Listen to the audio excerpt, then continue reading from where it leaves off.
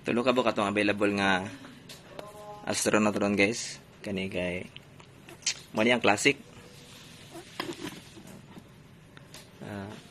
Magnetic gyapon siya og head.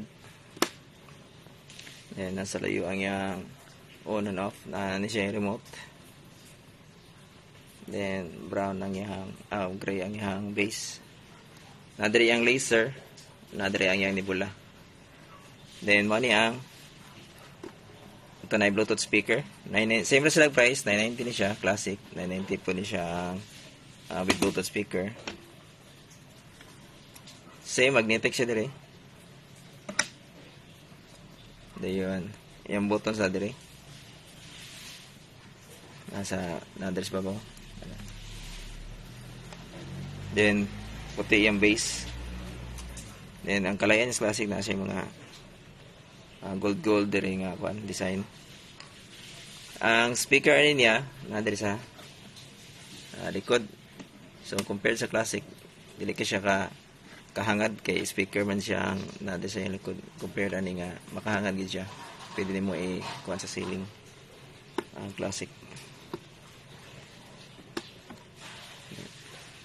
Then ang bago na to kaning tagwan to.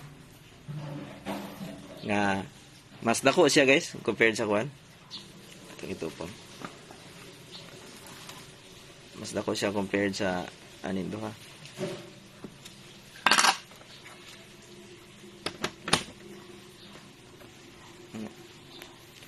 Dayon. Same sa classic. Pareha sila. Ang ilang laser na dire.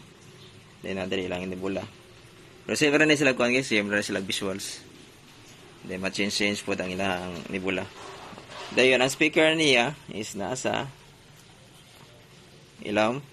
So nindot siya og kanang kuan kay masampak man sa floor. So nindot ang iyang beat. I mean ang iyang boom bap. Dayon ang switch niya kay nadiri pod sa ilaw. Dayon ang Bluetooth niya is kani siya. I-long press na nimo mo turn on ang iyang Bluetooth.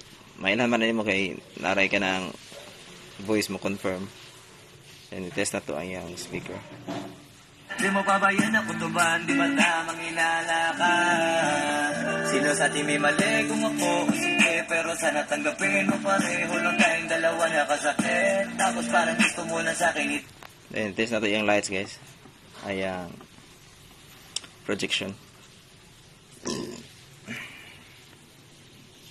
Same ra siya sa same ra ang tulo guys, same ra ilang projections. Design. So pwede siya may laser. Dayon pwede po i-change ang color sa nebula.